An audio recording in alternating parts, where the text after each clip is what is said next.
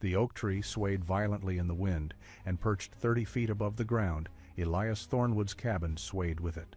Other trappers had laughed when he began building upward instead of on solid earth, calling it a fool's gamble that would cost him his life. But now, as the worst storm system in Montana Territory history entered its 28th consecutive day, every ground-level cabin within 20 miles had either flooded, collapsed, or been abandoned. Only Elias's impossible treetop fortress remained standing, and what he had learned about survival in those brutal weeks would change how men built shelters across the entire Rocky Mountain frontier. Before we dive in, let us know where you're watching from in the comments below. And if stories of frontier innovation and survival against impossible odds move you, hit that subscribe button because tomorrow's episode will leave you speechless. The rain had been falling for 3 weeks without pause when Elias Thornwood realized he might be the only man left alive in the valley. From his elevated cabin, secured to 3 massive Douglas firs 30 feet above what used to be a mountain meadow, he watched the swollen creek below transform into a raging river. The water had risen 17 feet in the past 10 days, submerging every ground-level structure within sight. Where Thomas Garrett's cabin once stood, only the peak of a collapsed roof remained visible, dark logs jutting from brown floodwater like the ribs of a drowned beast. Elias pressed his hand against the cabin wall, feeling the gentle sway as wind pushed through the trees. The motion had terrified him the first month after construction, but now it felt natural, almost comforting. The cabin moved because the trees moved, and the trees had survived centuries of storms by bending rather than breaking. He had bet his life on that principle, and so far, the bet was paying off. The year was 1839, and the Rocky Mountain fur trade was still profitable enough to draw men willing to risk everything for beaver pelts. Elias had arrived in Montana Territory 4 years earlier, establishing his trap lines along the tributaries of what the locals called Thornwood Creek, a name that predated his arrival but seemed prophetically appropriate. He had been successful, careful, and unremarkably conventional in every aspect of wilderness survival, except one. He built his cabin in the trees. The decision had not come from inspiration or innovation, but from desperation born of experience. During his second winter, Elias had watched spring flooding destroy 2 months of work when runoff from the mountain snowpack turned the valley into a temporary lake. His cabin had survived, but barely, with water reaching within inches of his sleeping platform and ruining most of his stored supplies.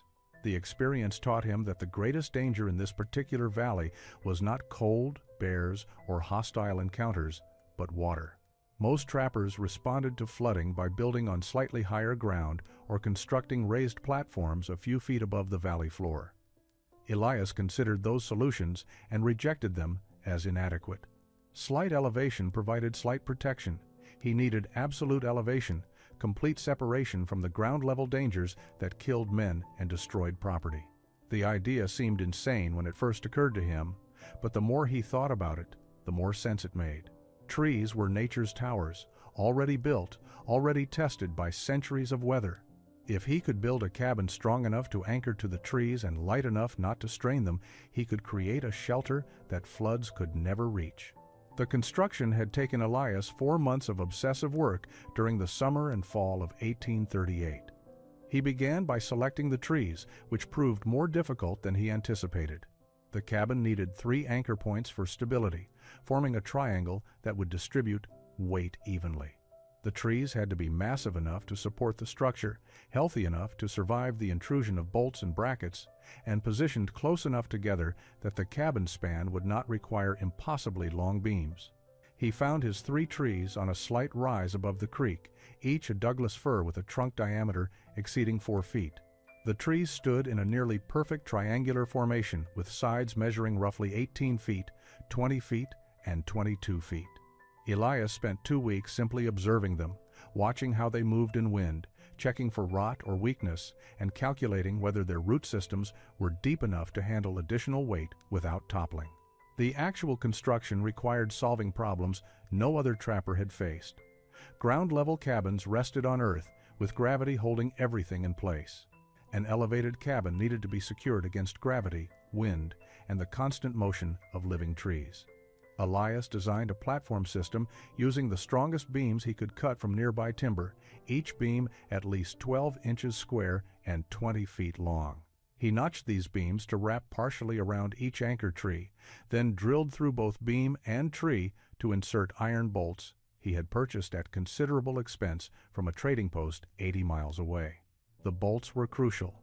Rope would rot, leather would stretch, and wooden pegs would work loose from constant motion. Iron bolts, each 3/4 of an inch thick and 18 inches long, could be driven completely through tree and beam, then secured with washers and nuts on the far side.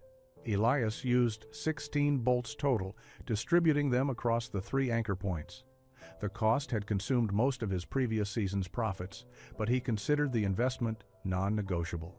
Once the primary support beams were secured, he built a triangular platform framework, connecting the 3 anchor points with additional crossbeams.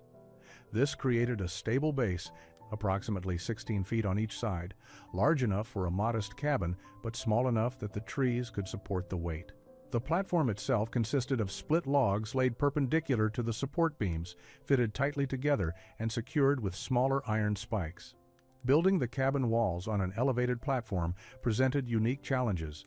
Elias could not simply stack logs as he would on the ground, because any mistake would result in materials falling 30 feet to the forest floor. He developed a pulley system using rope and a block attached to a branch above the construction site, allowing him to haul logs up one at a time. Each log had to be positioned, notched, and secured before he could bring up the next one. The process was exhausting and dangerous, requiring absolute concentration for hours each day. The walls rose slowly, one log at a time, through late summer and into early autumn. Elias used a modified notching technique that locked each log into place more securely than traditional corner joints. He had studied cabin construction from an old carpenter named William Mackenzie, who had built homes in Pennsylvania before coming west. Mackenzie had shown him how proper joinery could make a structure significantly stronger than simple stacking, and Elias adapted those principles for his elevated design.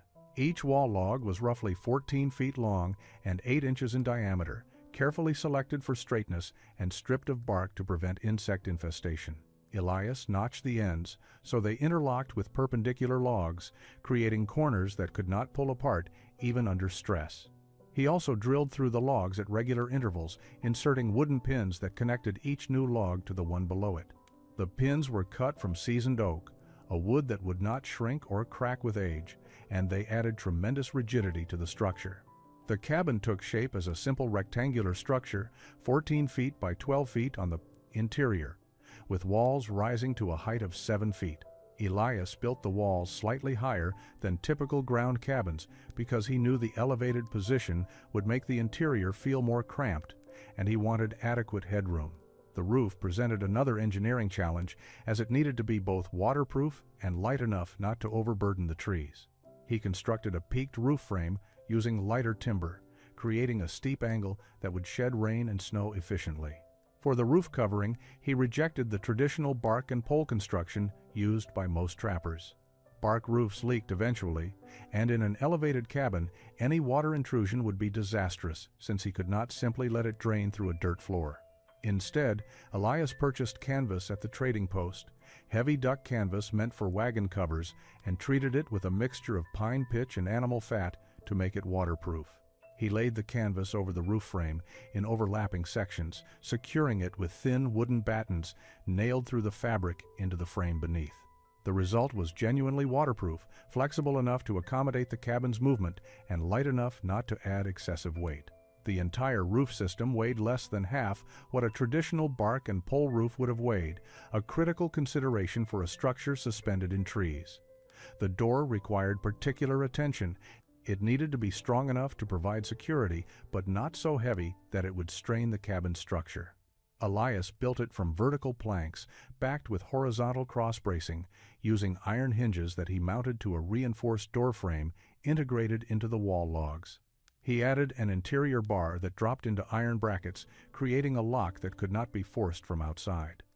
The door opened inward to prevent wind from blowing it open during storms. The window was perhaps the most controversial element of Elias's design. Most mountain cabins either had no window at all or used a simple opening covered with rawhide or oiled paper. Elias wanted actual glass, which was expensive, fragile, and nearly impossible to transport safely through hundreds of miles of wilderness. He had ordered 2 small panes, each roughly 12 inches square, from the trading post, paying an outrageous price and waiting 3 months for them to arrive from St. Louis.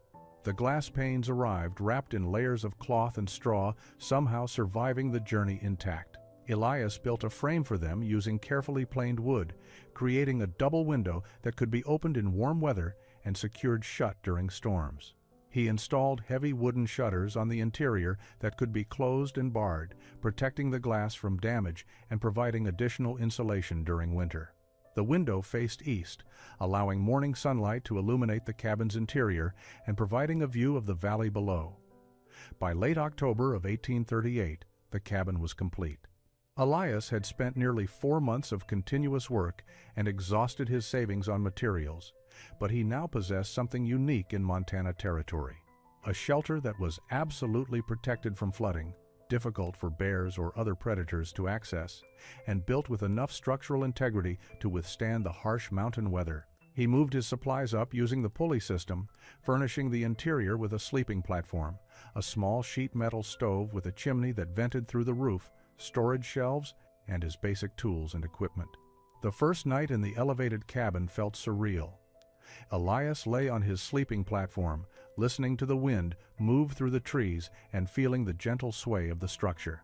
Every creak and shift made him wonder if the bolts would hold, if the beams would crack, if the entire construction would suddenly tear free and plummet to the ground.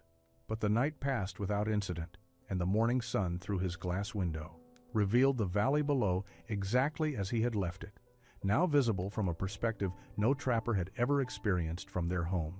Other trappers who saw the cabin reacted with a mixture of amusement and concern. Thomas Garrett, who ran trap lines adjacent to Elias's territory, climbed up to inspect the construction and pronounced it impressive but ultimately foolish. He argued that the time and money Elias had invested could have built 3 conventional cabins, and that the elevated position would make the structure more vulnerable to wind damage, not less. William Mackenzie, the old carpenter, examined the joinery and admitted it was solid work, but questioned whether the trees would remain healthy with iron bolts driven through their trunks. Most other trappers simply thought Elias had lost his mind, building a cabin that required a rope ladder to access and swayed in every strong breeze. Elias spent the winter of 1838 to 1839 in his treetop cabin, and the experience taught him lessons he had not anticipated. The elevated position made the cabin noticeably colder than ground-level structures, as it was fully exposed to wind from all directions. Ground cabins benefited from earth insulation and protection from surrounding terrain, advantages Elias had sacrificed for flood protection. He compensated by being more aggressive with insulation, packing every gap between logs with a mixture of clay, moss, and animal hair, creating a seal that was tighter than most conventional cabins achieved. The stove worked well but required more fuel than expected because heat escaped more readily in the exposed position. Elias found himself spending additional time cutting firewood, a task made more difficult by the need to haul everything up to the cabin using his pulley system. He developed a technique of cutting wood into standardized lengths that fit easily through the pulley harness, stacking the loads carefully to maximize efficiency. The mechanic center, physical labor was exhausting, but it kept him warm during the coldest months. The cabin's movement in wind remained the most psychologically challenging aspect of elevated living. During strong storms, the entire structure would sway several inches in each direction, creating a sensation similar to being on a ship in rough seas. Elias learned to move with the motion rather than fighting it, and over time he found the gentle rocking almost soothing during moderate winds. Only during the most violent storms did the movement become truly frightening, and even then he trusted his construction enough to sleep through conditions that would have kept him awake in a ground cabin. Spring came late in 1839, with snow lingering into April and the first green shoots not appearing until early May.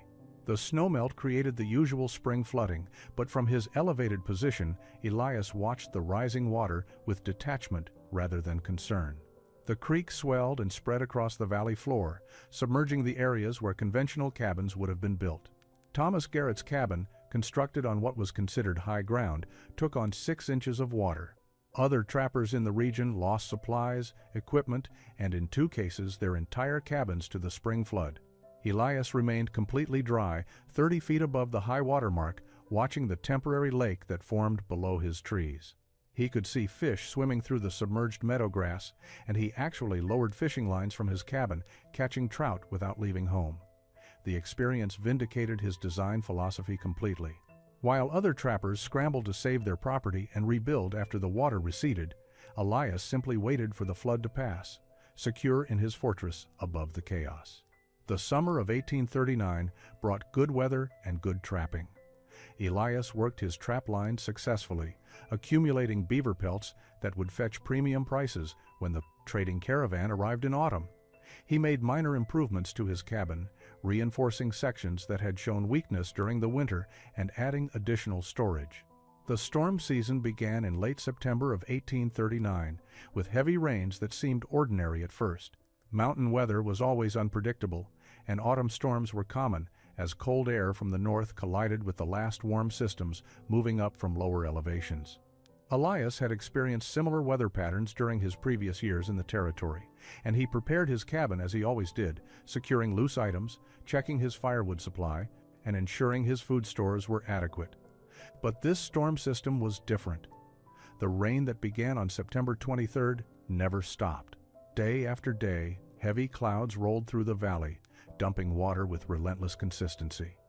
The creek began rising immediately, swelling beyond its banks within the first week. Elias watched from his window as the water crept higher each day, submerging first the low meadow areas, then the slightly elevated ground where most cabins were built, then rising into territory that experienced flooding only once or twice per decade. By the end of the first week, Thomas Garrett appeared at the base of Elias's tree, shouting up through the rain. His cabin was taking on water and he needed shelter. Elias lowered the rope ladder, and Thomas climbed up, soaked and exhausted, carrying a pack with his most valuable possessions. The 2 men had never been particularly close, but frontier survival created bonds that transcended personal preference. Elias made space for Thomas, and they settled into an uneasy cohabitation as the rain continued to fall. The cabin, designed for 1 person, felt cramped with 2 occupants, but it functioned adequately.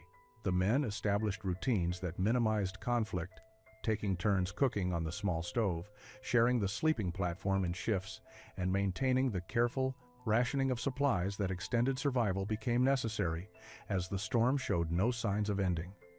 Thomas, who had initially mocked the elevated cabin design, now admitted that Elias had been correct. His own cabin was completely submerged, and everything he had not carried up the ladder was lost to the floodwaters. Other trappers in the valley faced similar or worse situations. William Mackenzie had built his cabin on what he considered the highest safe ground in the region, but even his location was threatened as the water continued rising. He abandoned his structure during the second week, taking his most essential supplies and moving to higher elevation, building a temporary shelter in the foothills where the flooding could not reach. 2 younger trappers, brothers named Daniel and Joseph Whitmore, tried to wait out the storm in their cabin, but it collapsed during a particularly violent night of wind and rain. They survived but lost everything, forced to make their way to the trading post 60 miles away with only the clothes they wore. Elias and Thomas watched these events unfold from their elevated vantage point, feeling simultaneously fortunate and guilty. They were safe and dry while others suffered, protected by a design that had seemed excessive just months earlier. The third week of continuous rain brought new challenges that tested the cabin's design in ways Elias had not anticipated. The wind, which had been relatively moderate during the first 2 weeks, intensified dramatically. Gusts, strong enough to bend the massive Douglas firs, began hitting the valley with increasing frequency, and the cabin's movement became severe enough that both men struggled to maintain balance inside. Objects that had been stable for months suddenly needed to be secured, and the constant swaying made sleep difficult even for Elias, who had grown accustomed to normal movement. The trees themselves became the critical factor in survival. Elias had chosen Douglas firs specifically because of their flexibility and deep root systems, characteristics that allowed them to withstand high winds without breaking. As the storm intensified, he watched the anchor trees bend in ways that seemed impossible, their tops swaying 20 or 30 feet from vertical while the trunks flexed like enormous springs. The cabin moved with them, rising and falling, tilting and swaying, but the structure itself remained intact. The iron bolts held without shifting, the platform beams stayed secured to the trees, and the cabin walls showed no signs of separation or structural failure. Thomas spent most of the third week in a state of barely controlled terror. He had not experienced the gradual acclimation that Elias had gone through during the cabin's first months, and the violent motion during storm peaks convinced him they were moments away from catastrophic failure. He would grip the wall logs with white knuckles, muttering prayers and watching the ceiling as if expecting it to tear apart. Elias tried to reassure him by explaining the engineering principles, demonstrating how the movement was actually protecting them by dissipating force rather than resisting it, but Thomas remained unconvinced until the motion stopped. The rain continued with only brief pauses, and the floodwaters below reached levels that old-timers at the trading post would later say exceeded anything in living memory. The entire valley floor disappeared beneath brown water that flowed with visible current, carrying debris from upstream. Whole trees tumbled past, along with sections of destroyed cabins, animal carcasses, and unidentifiable wreckage from higher elevations. Elias estimated the water depth at over 20 feet in areas that were normally dry meadow, which meant his cabin was now suspended 50 feet above the flood surface. The isolation became oppressive as the storm entered its fourth week. Elias and Thomas had no contact with other survivors, no way to know who had made it to safety and who had been caught by rising water or collapsing structures. They maintained their routines mechanically, rationing supplies, keeping the stove burning, and taking turns watching through the window for any change in conditions. The constant dim light, the endless sound of rain on the canvas roof, and the perpetual motion of the cabin created a dreamlike state where time seemed to lose meaning. Supplies began running low during the 26th day of continuous rain. Elias had stocked the cabin for one person surviving a normal winter, not two people enduring a month-long siege. Food rationing became critical as they entered the final days of the storm. Elias and Thomas reduced their meals to twice per day, eating portions that barely qualified as adequate. They had flour, dried beans, salt pork, and some preserved vegetables, but at their current consumption rate, supplies would last perhaps another 10 days. The situation forced difficult calculations about risk versus reward. They could continue rationing and hope the storm ended soon, or one of them could attempt to reach the trading post for additional supplies, a journey that would require traveling through flooded terrain and violent weather. Thomas volunteered to make the attempt, arguing that Elias knew the cabin systems better and should remain to maintain it. But Elias refused the offer, pointing out that the journey would be suicidal in current conditions. The floodwaters were too deep and fast-moving to cross safely, visibility was minimal in the constant rain, and the risk of hypothermia was extreme. They would wait, continue rationing, and deal with true hunger if necessary. Both men had experienced worse deprivation during lean winters in the mountains. The psychological strain of confinement proved as challenging as the physical deprivation.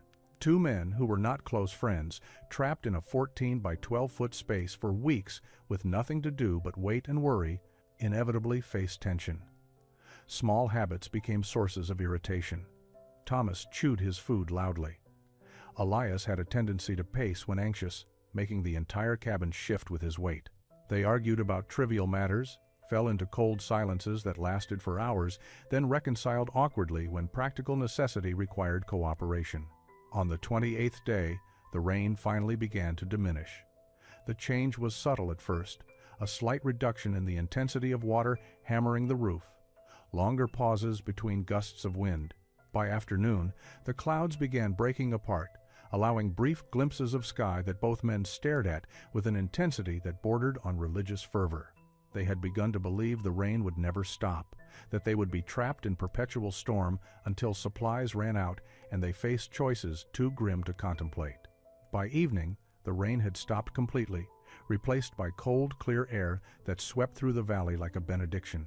Elias and Thomas stood at the cabin door, breathing the clean air and watching stars appear as darkness fell.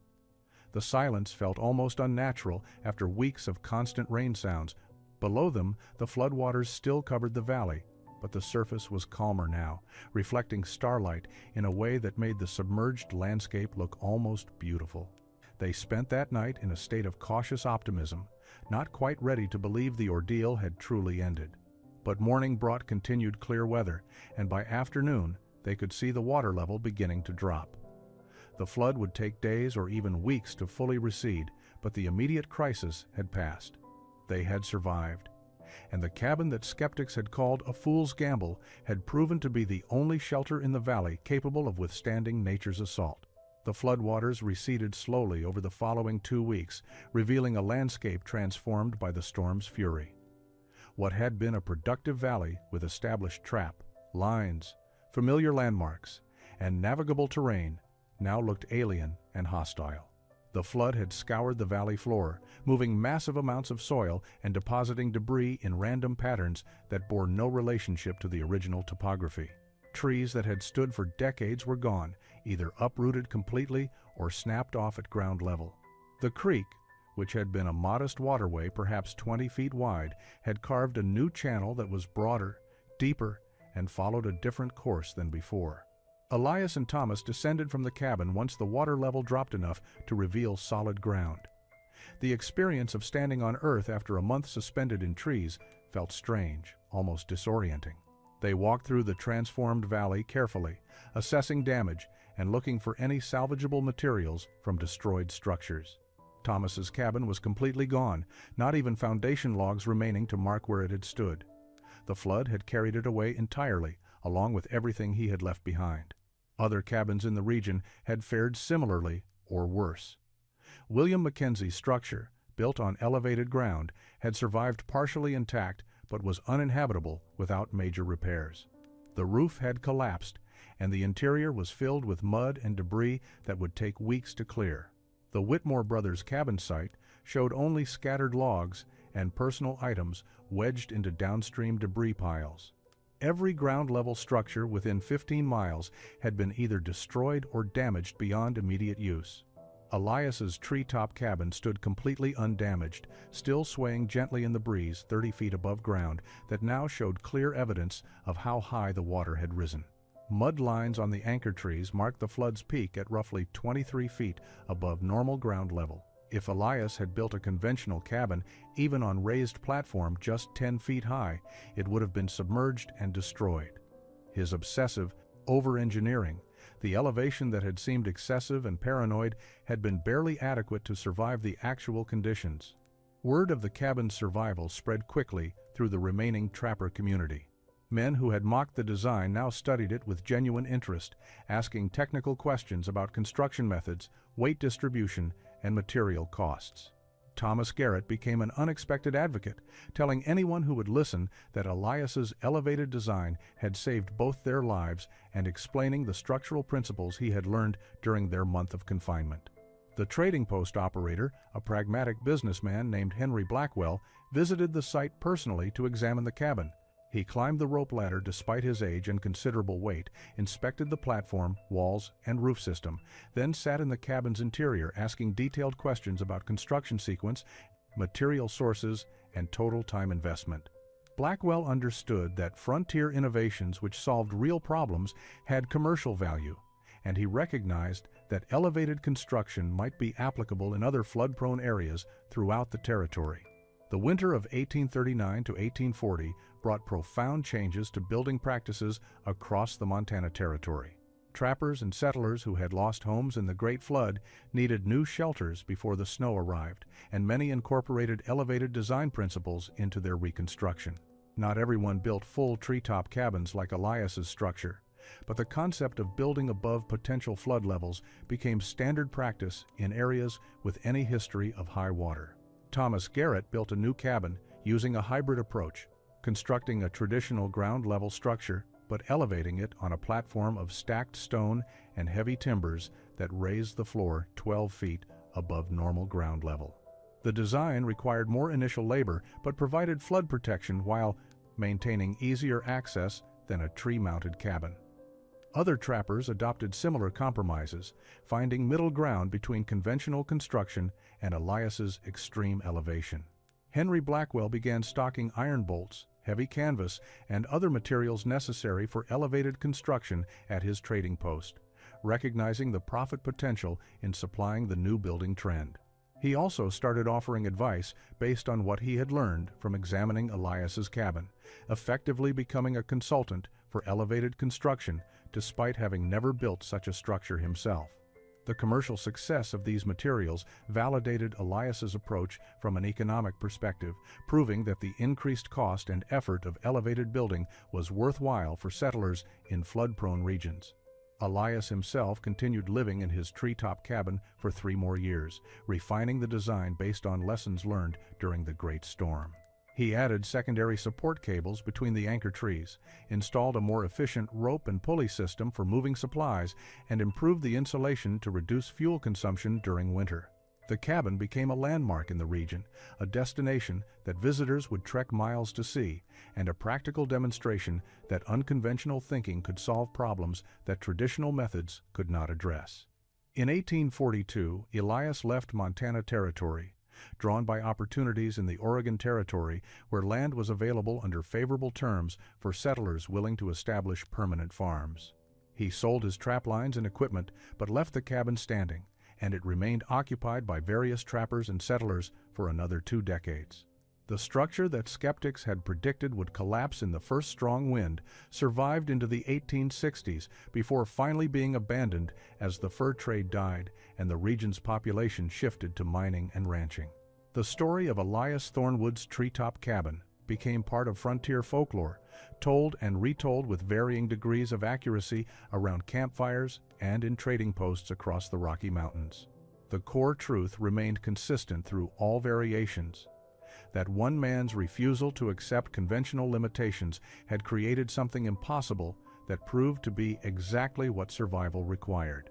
In the harshest environment imaginable, when nature unleashed fury beyond any reasonable expectation, the cabin that should have fallen remained standing, a testament to engineering, determination, and the power of thinking differently.